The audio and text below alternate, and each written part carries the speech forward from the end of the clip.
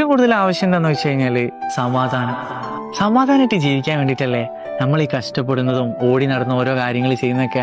നമ്മൾ എന്തൊക്കെ ഉണ്ടാക്കാൻ നോക്കി കഴിഞ്ഞാലും അൾട്ടിമേറ്റ് ആയിട്ട് നമുക്ക് ആവശ്യം സമാധാനമാണ്. കാരണം എൻഡ് ഓഫ് ദി ഡേ സമാധാനമായിട്ട് നമുക്കൊന്ന് ഉറങ്ങണം. ഈ ഒരു തോട്ടില്ലാത്ത മനുഷ്യന്മാരുണ്ടോ?